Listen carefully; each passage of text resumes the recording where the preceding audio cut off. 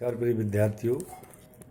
स्वामी विवेकानंद के योगदान एवं मूल्यांकन या उनका जो कंट्रीब्यूशन है, अनुदान है, उसको हम अंतिम रूप से यहाँ लेते हैं कि उनका योगदान, असल में योगदान की जब बात आती है तो उनके द्वारा जो किए गए कार्य हैं, सामाजिक, धार्मिक, आर्थिक, राजनीतिक, जिस जिस क्षेत्र को उन्होंने स्पर्श किया, उन सब का सम्मिलित स्वरूप ही एक सकारात्मक दृष्टिकोण को ध्यान में रखते हुए उसका मूल्यांकन करते हुए योगदान के स्वरूप को निश्चित करता है।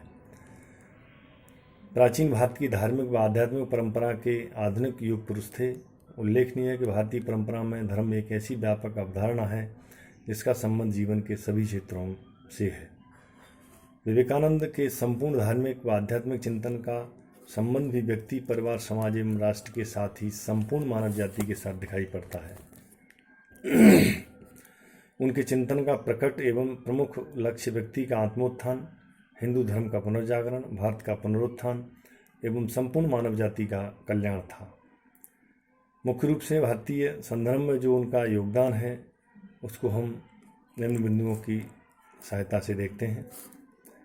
भारतीय पुनर्जागरण में ऐतिहासिक योगदान। भारत में सामाजिक व धार्मिक क्षेत्र में पुनर्जागरण की धारा को सर्वप्रथम राजा राम मोहन राय ने शुरू किया था, किंतु उनके द्वारा स्थापित ब्रह्म समाज की विचारधारा हिंदू धर्म की तुलना में ईसाई धर्म से अधिक प्रभावित थी और इस दृष्टि से यह संपूर्ण हिंदू धर्म का पर्याप्त प्रतिनिधित्व नहीं करती थी। वस्तुतः इसकी हिंदू धर्म की ऐतिहासिक मान्यता एवं गौरव में कोई गहरी आस्था नहीं थी। मोहन राय के बाद स्वामी दयानंद ने भारतीय पुनर्जागरण आंदोलन को सशक्त एवं प्रभावशाली रूप में विकसित किया। उन्होंने पुनर्जागरण आंदोलन को राष्ट्रीय स्वाभिमान एवं आत्मगौरव का आंदोलन करार दिया। उन्होंने ब्रिटिश राज के प्रति राजभक्ति के स्थान पर स्वराज्य के महत्व एवं आवश्यकता को प्रकट किया।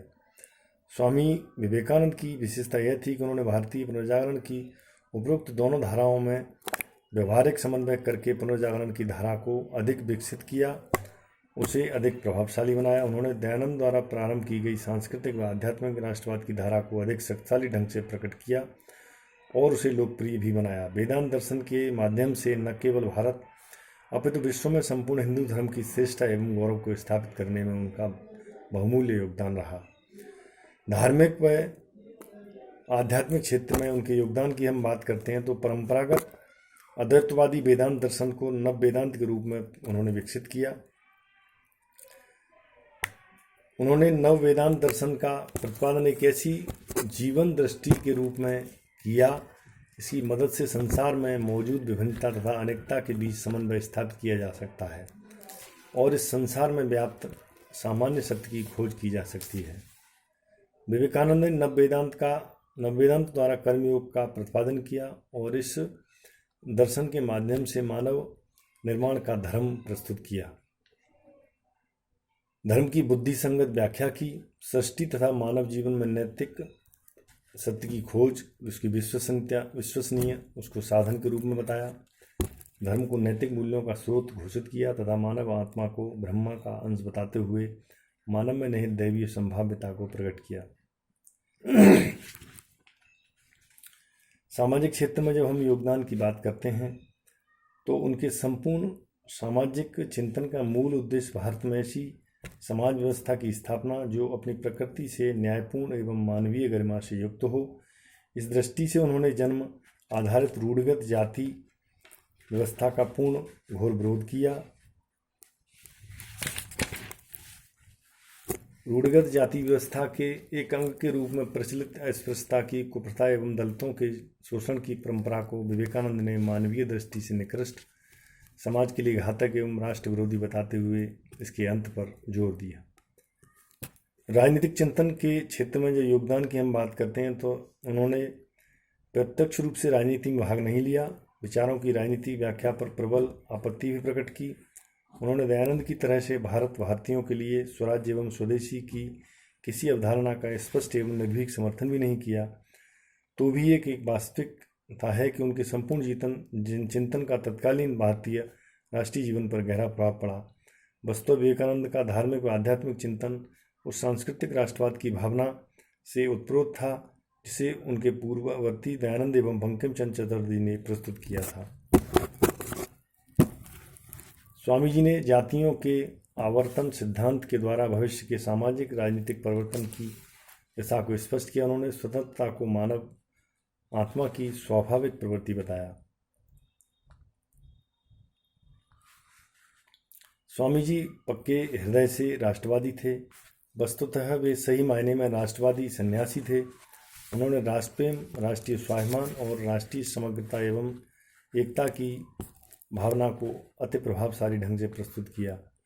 यहाँ उल्लेखनीय है कि स्पष्ट रूप से स्वामी विवेकानंद पहले भारतीय थे जिन्होंने राष्ट्रीय राजनीति में जनसाधारण के महत्व को स्वीकारा, उनके शोषण एवं दमन के विरुद्ध आवाज़ बुलंद की और उन्हें भविष्य के महान भारत के उत्तराधिकारी के रूप में घोषित किया। उन्होंने राष्ट्रोत्थान एवं दलितोत्थान को अनुपूरक मानते हुए अपनी समाजवाद की धारणा को प्रस्तुत किया। इसके साथ ही उन्होंने राष्ट्रोत्थान हेतु शक्ति एवं निर्भयता की जिस नीति पर बल दिया, उसने मुख्य रूप से बंगाल के मध्यवर्गीय युवकों को क्रांतिकारी आंदोलन की ओर आकर्षित किया। कांग्रेस के गर्म दल को भी ऐसे विचारों से प्रेरणा मिली। स्वामी विवेकानंद पहले भारतीय थे जिन्होंने राष्ट्रीय राजनीति में जनसाधारण के महत्व को स्वीकार किया था।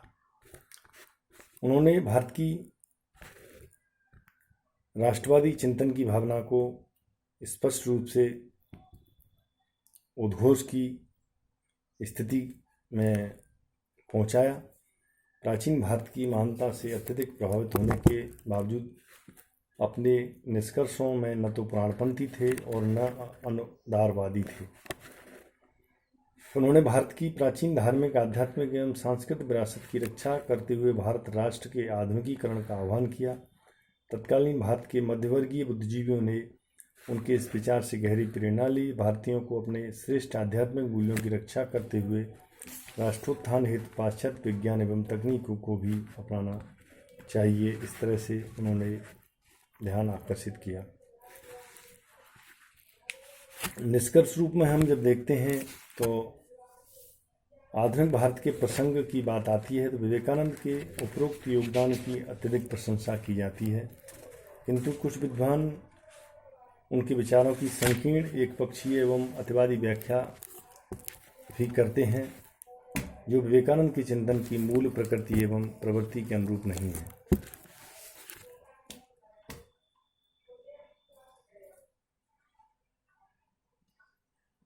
उन्होंने संक्षेप में हम देखते हैं धार्मिक व सामाजिक पुनर्जागरण एवं पुनरुत्थान के जिस आंदोलन को